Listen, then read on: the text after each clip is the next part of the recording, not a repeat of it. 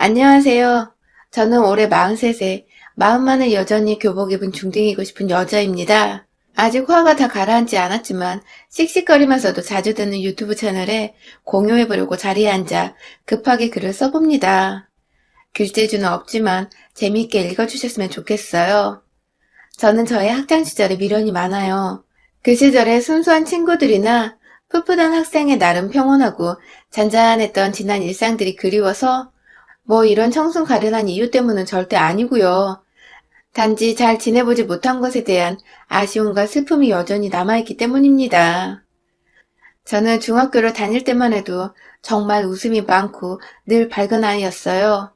친구들 앞에 나서는 걸 좋아해서 회장 선거도 줄곧 나가 회장 혹은 부회장이 되었었고, 중학교 때 특별활동 모임으로 사진 동아리에 들어서는 여기저기 지하철 타고 서울 곳곳 누비면서 친구들과 사진 찍으러 다니는 것도 참 좋아라 했죠. 밝은 성격 덕분에 활발한 활동에 어려움이 전혀 없었었고, 그 덕에 보다 친구들을 두루두루 사귈 수도 있었습니다. 고등학교 들어가기 전 입시 공부를 한다고 1년간 다녔던 학원에서는 한두 살 많은 언니들하고도 오다 가다 친해지며 나이를 따지지 않고 그 시절 참 많은 사람들을 만나 관계를 맺고 살았습니다. 전 제가 생각해도 제 성격이 참 사귀기 좋은 타입이라 생각을 했어요. 그래서 제 주변엔 늘 좋은 사람이 함께 있다고 생각하며 살았죠. 절대로 과시하거나 친구들 틈에서 대장이 되고 나서려 하지도 않았습니다. 나름 예의 바른 걸 중요시하는 엄한 부모님한테서 자라 꽤나 옳고 그름을 가릴 줄 아는 성격이었던 것 같아요. 그냥 그런 거 있잖아요. 아닌 건 아니라는 걸 잘 아는 성격 말입니다. 그렇게 남한테 피해 안 주고 기분 나쁘게 안 하려고 노력도 하며 학교랑 사이에 잘 적응하며 살고 있었던 제가 고등학교에 진학을 하면서부터 180도 다른 삶을 살게 되었습니다.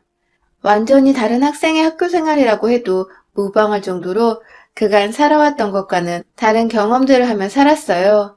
바로 제가 따돌림을 당하게 되면서부터였어요. 시작은 정말 어처구니가 없었습니다. 저희 반에 소위 학교 짱이라 불리우는 여자애들이 여럿 있었는데 그 무리 애들의 눈에 제가 그냥 이유 없이 보였던 것입니다. 뭔가 고등학생이라고 하니 다 새로울 것만 같고 더 열심히 학교 생활을 해야 할 것만 같아서 긴장이 되던 찰나에 학교 수업이 모두 끝난 후 가방을 챙겨 집에 가려 하는데 한 여자애가 저를 부르더라고요. 처음엔 머리끈을 어디서 샀냐 물어보고 다음엔 차고 올 때 10,000원짜리 OST 시계가 비싸 보인다며 어디서 산 거냐 묻더니 이내 너 돈이 좀 많냐며 노골적으로 제게 돈을 빌려달라는 소리를 했어요. 당연히 저는 거절을 했고요. 하지만 그게 저의 실수라면 실수였습니다. 주란 대로 돈을 주지 않으니 전 완전히 애들한테 찍혀버렸고 그때부터 전 선생님들의 눈을 피해서 늘 이 무리의 아이들에게 따돌림과 정신적 학대를 지속적으로 받게 되었어요. 반 학급 애들이 모두 보는 앞에서 제가 재수가 없다며 큰 목소리를 내며 따돌려 보겠다는 의사를 내비쳤고 그 바람에 저와 조금씩 친해져 가던 친구들조차 저에게 한순간에 등을 돌려버렸죠. 저 때문에 그 날라리 애들한테 밉보이고 싶지 않았던 것입니다. 하지만 어리고 마찬가지로 철이 없었던 저는 그리 친한 친구들이 아니었음에도 절 모른 척하고 도와주지 않은 주변의 학급 친구들이 더 미웠어요. 절 괴롭히는 날라리 애들은 미움을 진작에 넘어 증오하는 마음까지 가졌고요. 3년 내내 같은 상황이 지속되었습니다. 하필 날라리 애들 중 한 명과 계속해서 3년 내내 같은 반이 되어버린 바람에 전 한마디로 너무도 재수없게 3년 내내 학급 친구들에게서 철저하게 외면당하고 또 친해져서는 안 되는 아이가 되어버렸죠. TV에 나오는 친구들 괴롭히는 배우들을 보면 전 그게 아무리 웃긴 시트콤이라고 할지라도 단 한순간도 웃을 수가 없었어요. 제 성격은 고등학교 때 괴롭힘을 당하던 그때부터 완전히 소심하고 남 눈치만 보는 아이로 변해버렸고 대화를 나누고 웃고 떠들 수 있는 고등학교 친구를 사귀기는커녕 3년 내내 학교에서 말 한번 제대로 붙여본 친구가 하나 없었답니다. 저 참 외롭고 불쌍한 아이였어요. 다행히도 초중학교에서 그리고 학원에서 사귀었던 언니들 그리고 친구들과는 꾸준히 연락을 하면서 지금까지 인연을 이어오고 있지만 그 친구들조차 지금까지 저에게 하는 말은 고등학교에 진학한 후의 제 모습은 정말 충격적이었다고 하더라고요. 말수가 반의 반으로 줄어들어 버리고 늘 당당히 웃으며 어깨 피고 다니던 애가 고개를 푹 숙인 채 죄인처럼 다니는 꼴이 가슴 아파 죽는 줄 알았대요. 하필 혼자 멀찌감치 떨어진 고등학교로 배정받아 버린 바람에 아는 중학교 친구가 별로 없었고 있다 하더라도 그 친구들은 모두 다른 고등학교 동창들처럼 절 모른 척하고 멀리하기 바빴기 때문에 필요가 없었습니다. 공부를 딱 보통 정도만 하던 전 고등학교 2학년 때까지 학교 생활에 적응을 못해서 내신이 완전 꽝이었어요. 친구 관계가 그 모양인데 공부에 어떻게 집중을 할 수 있었겠어요. 그러다 저와 3년 내내 같은 반이었다는 그 날라리 무리 중 한 여자애가 고3이 되기 직전 제 뒤통수에다 대고 그러더라고요. 쟨 저렇게 살다 대학도 못 가고 친구 하나 없이 살다가 쓸쓸히 독거노인으로 죽을 팔자일 거야. 라고 말해줘. 독거노인이라니. 막 고등학교 2학년을 마친 18살 꼬맹이인 저에게 너무나도 가혹하고 괴로웠던 말이었어요. 내가 진짜로 이렇게 고3 때까지 친구 관계 때문에 공부도 뭣도 다 손 놓고 우울한 채 살다가는 진짜 저 여자 말대로 답도 없는 인생을 살 수도 있겠다는 생각이 드니 아찔하기도 했고요. 그래서 그때부터 정말 미친 듯 공부를 했습니다. 방법을 몰라 죽기 살기로 암기하고 문제집을 풀면서 내신은 이미 포기했다 생각하며 1년 내내 수능 공부에 미쳐 살았고 다른 고3 애들 하는 거 2배로 따라잡아서 결국 좋은 대학도 갔고 좋은 회사도 들어갔다가 같은 직종에서 일하던 남편을 만나게 되어 결혼도 했고 자식도 낳고 지금은 온전히 걱정 없는 주부로 살고 있습니다. 어떻게 보면 절 가장 힘들게 한 아이 하나 때문에 공부를 시작하게 된 것이었고 결국 제 인생이 최악으로 치닫는 걸 면할 수 있었던 것이었죠. 참 아이러니하죠. 고등학교 3학년 동안의 아픔 때문에 대학을 갔다고 해서 제가 바로 예전처럼 밝게 변하고 활발해지진 못했지만 서서히 시간을 두면서 제 스스로에게 변화를 주고자 수많은 노력을 했고 울기도 많이 울고 정신과 상담도 몇 번 받으면서 정말 극한의 시간을 견디고 거쳐 본래의 제 모습 언저리까지는 돌아온 것 같습니다. 한동안 정말 걱정거리라고 할 것이 없이 지냈어요.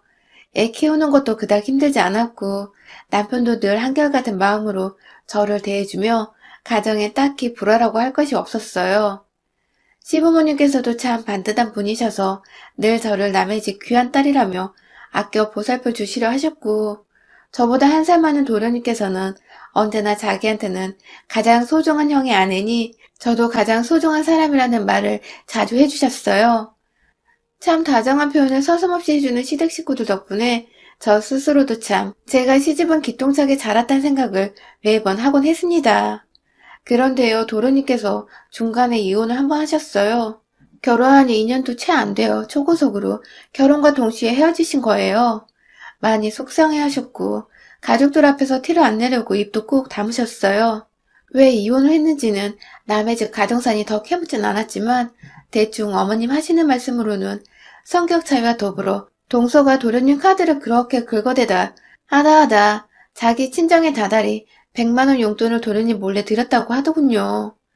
무턱대고 돈 관리를 동서한테 맡긴 도련님은 상의 없이 자기 월급의 몇 분의 1에 해당하는 비교적 큰 돈이 처갓집으로 말도 없이 이유도 없이 들어간 것을 알고는 뒤늦게야 노발대발했고 끝까지 사과할 기미조차 없이 당당하던 동서한테 정떨어져 이혼 소송을 걸었대요. 그렇게 한동안 이혼 소송으로 도련님은 고생을 했고 소송 후 드디어 자유를 되찾았다 생각하신 건지 비교적 평온해 보이셨어요. 그럼에도 마음 한켠엔 잘 사는 형네 가족들과 비교를 하시는 건지 예전보다 말도 없어지셨고 가족 행사에도 잘 참석을 안 하셨어요. 언제든지 도련님이 좋은 사람을 만나면 좋겠다는 희망을 늘 품고 살았어요. 제가 소개를 해주고도 싶지만 괜히 혼자이고 싶어하는 사람한테 부담을 주는 건 아닐까 싶어서 쉽사리 연애하란 말도 먼저 건네지 않았어요. 그냥 도련님 혼자 스스로 마음속에 있는 상처를 치유할 수 있도록 지난날에 제가 그랬었던 것처럼 그냥 묵묵히 곁에 있어주면서 시간이 흐르기만을 기다렸죠. 그러던 중 올 중순에 도련님께서 너무나도 반가운 소식을 가져왔어요. 여자친구가 생겼다고 하시더군요. 진중하신 분이 이제서야 여자친구가 생겼다고 말씀하시는 걸 보니 결혼을 하고 싶어 하시는 것 같았고, 그간 사귄 지도 꽤 될 거란 걸 내심 짐작을 했죠. 온 가족이 다 기대에 부푼 채로 코로나로 나가지 못하니 조금 부담스럽더라도 시댁에서 도련님 여자친구를 불러 저녁 식사를 하기로 한 날, 저는 정말 오랜만에 제 심장이 아주 처참하게 땅끝으로 꺼지는 기분을 경험했습니다. 여친이라고 데려온 여자의 얼굴이 너무 낯이 익은 겁니다. 저는 정말 그 시절을 매일같이 잊으려고 노력했는데 그 여자의 얼굴을 보는 순간 2초도 안 되어 누구인지 알아채버렸어요. 바로 저와 고등학교 3년 내내 같은 발을 했고 이유 없이 저를 따돌리고 급기야 학급 전체에서 외톨이가 되도록 만들었던 바로 그 동창 날라리였던 것입니다. 허무하고 어이없게도 저를 알아보지 못하던 이 여자애는 급기야 뵙게 되어 영광이라는 낯간지러운 소리를 해대며 제게 악수를 청하더라고요. 세상에 일 바르고 잘 자란 사람 마냥 말이죠. 시부모님들이며 두 형제들이며 아무도 제 속타는 마음을 알지 못했고 다들 여자가 마음이 들었는지 입이 아주 귀에 걸려있더군요. 어머님 옆에서 밥상을 차리겠다고 쫄래쫄래 따라다니며 상차림을 도우다가 놀란 마음이 진정이 안 되어 얼어있던 제게 시어머니는 얼른 밥 차리자. 새애기 기다릴라. 하면서 급기야 본인은 예비 며느리가 될 사람과 이야기를 좀 하고 싶다고 저한테 나머지 일들을 맡기고 부엌을 나가셨어요. 어머님이 신나셔서 그런 것까지 다 이해를 했고 다른 여자였으면 제가 당연하죠 하면서 곧장 알겠다고 했을 텐데 절 괴롭혔던 여자의 밥상을 차려야 한다는 생각에 제 손이 도무지 뜻대로 움직이질 않았어요. 세워라 내워라 그렇게 저녁상은 어찌저찌 차려놓긴 했는데 온 가족들의 시선은 여전히 그 여잔테로 쏠려 있었어요. 밥을 먹으면서 이것저것 얘기를 하다가 저와 동갑이라는 여자의 말에 모두가 제게로 친구 같은 동서가 생겼다면 좋겠다고 바라보더군요. 늘 친구 같은 혹은 자매처럼 지낼 수 있는 동서가 있었으면 좋겠다고 시어머니께 몰래 얘기를 하곤 했었는데 그걸 기억하셨는지 시어머니는 유독 절 쳐다보시며 힐끗 웃어주셨고 그런 어머니 표정을 보니 실한 내색을 도무지 할 수가 없었습니다. 들어보니 이 친구는 자식만 없을 뿐 전 남편과 5년 정도 살다가 이혼을 한 번 한 경력도 있더라고요. 하지만 이혼이 흠도 아니고 저희 도련님도 이혼남이었고 같이 새 출발하는 커플이어서 그런지 저희 시부모님은 아주 쿨하게 여자를 환영하셨어요.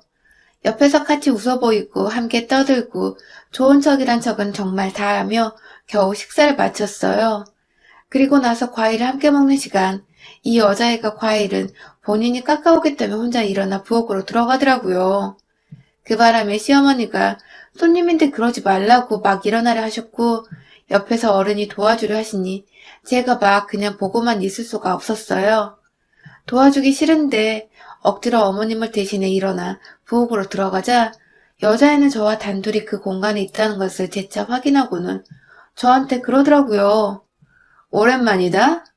하고 말이죠. 순간 너무 놀래서 사과를 깎으려다 말고 들고 있던 걸 떨어뜨렸어요. 멍한 채 그 여자를 하염없이 바라봤죠. 이해도 저를 알아봤던 것이었습니다. 다만 본인이 저질렀던 짓거리가 창피한 짓인 줄 알았던 건지 끝까지 어른들 앞에서는 모른 척을 하려고 했던 것이었죠. 여전히 절 아랫사람이라 생각하는지 저보다 키는 작으면서 절 양껏 올려다보며 새침하게 인사하는 여자애는 참 세월이 그렇게 지났는데도 전혀 변하지 않았더군요. 그날 그렇게 얼떨결에 부엌 한복판에서 서로 조용히 인사를 건넨 저희는 그 후로 서로가 서로의 과거에 대해 침묵을 하자고 굳이 말을 하지 않았는데 알아서도 입을 꾹 다물었습니다. 저는 따돌림을 당했다는 수치심을 이겨낼 수 없었고 그 친구는 본인이 학생을 따돌린 가해자였던 사실을 굳이 예비 시부모한테 드러내고 싶지 않아 했기 때문이었죠. 그렇게 저희는 절대 서로 가까워질 수 없는 비밀 하나를 둘이서 조용히 간직한 채 지냈어요. 전 옆에서 이 여자가 행복하게 도련님과 재혼 준비를 하는 과정까지 모두 다 지켜봐야만 했습니다.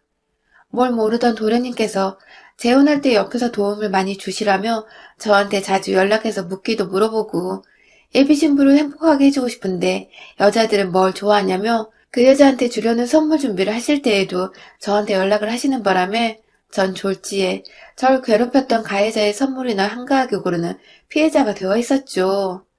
그 사실을 인정하기 힘들어서 계속해서 전 정신적인 괴로움에 치를 떨었고 결국 제 속은 점점 더 문드러져 갔어요.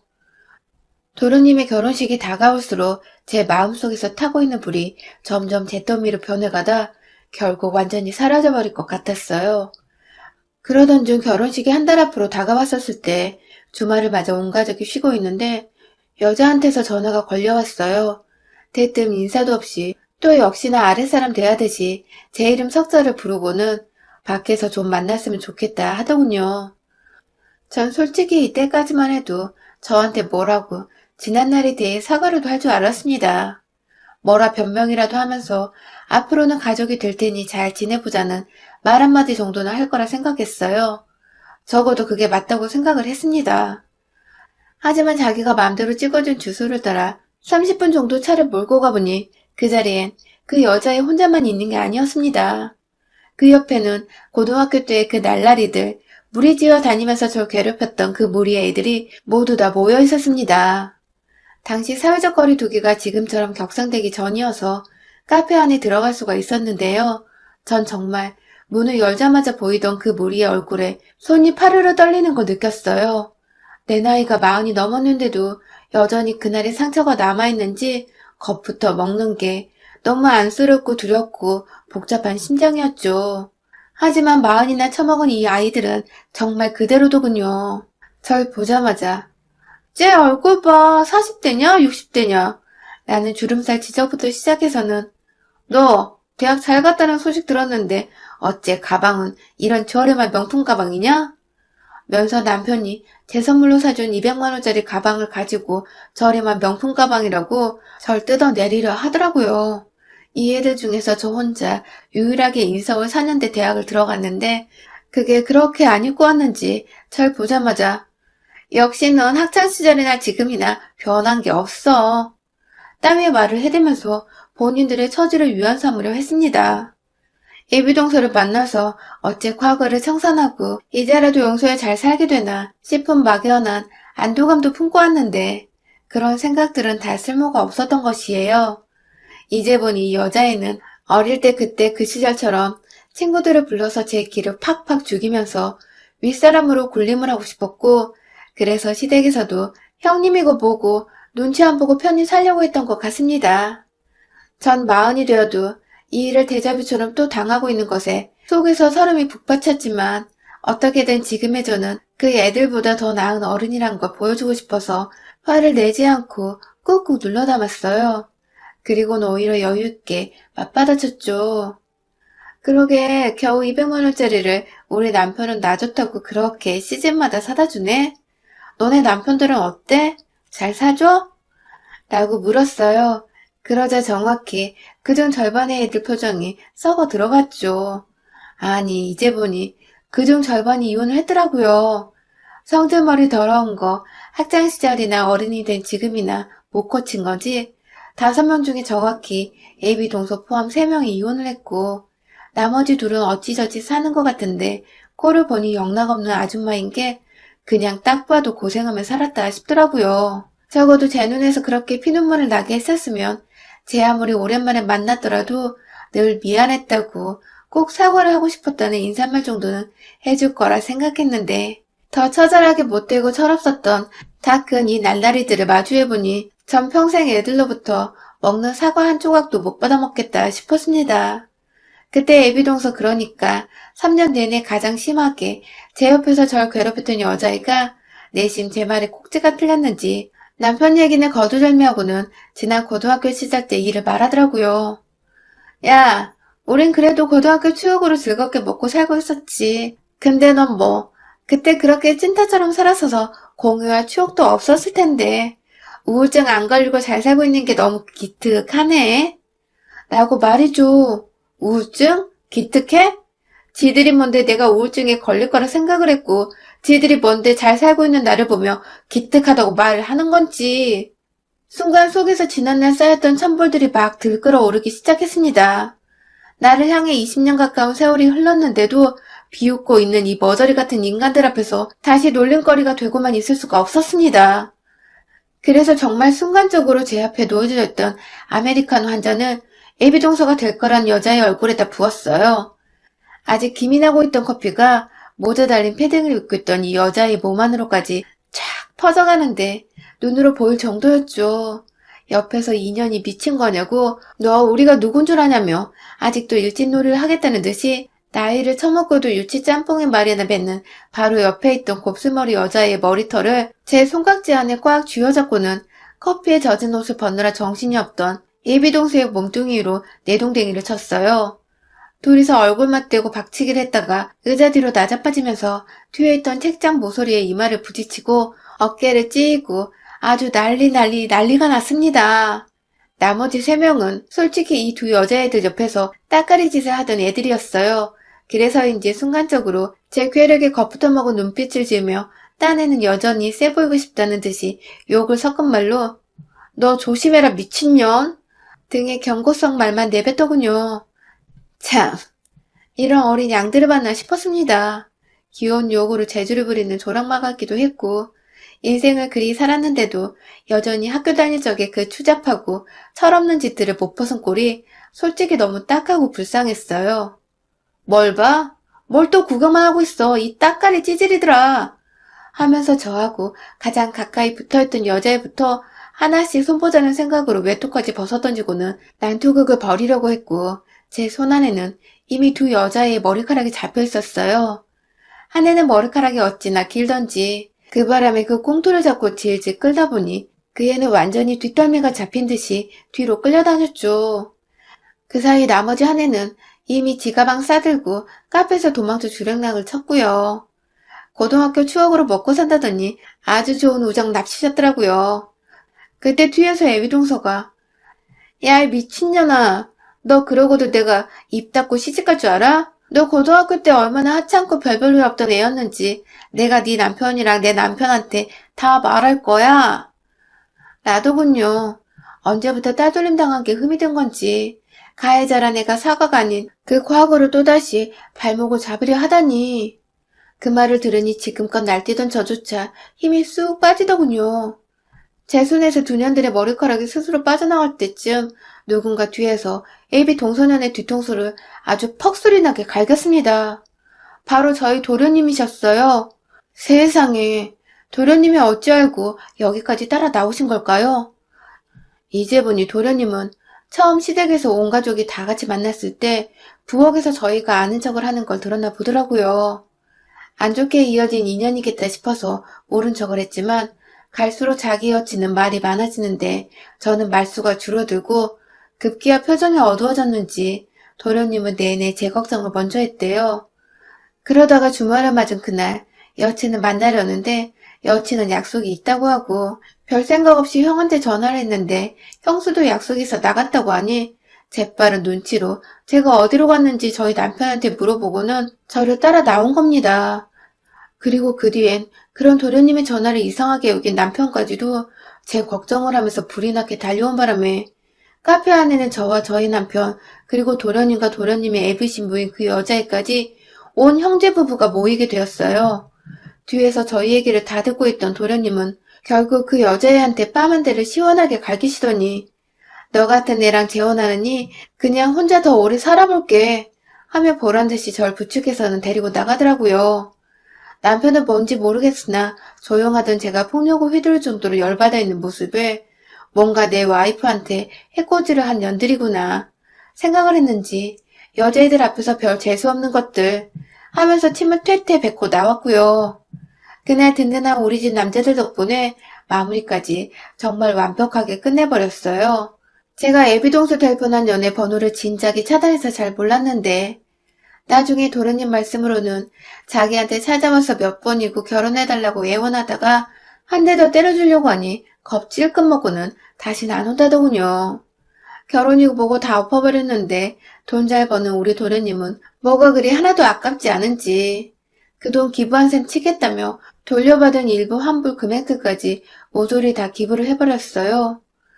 코로나로 힘든 불우이웃을 돕는데요.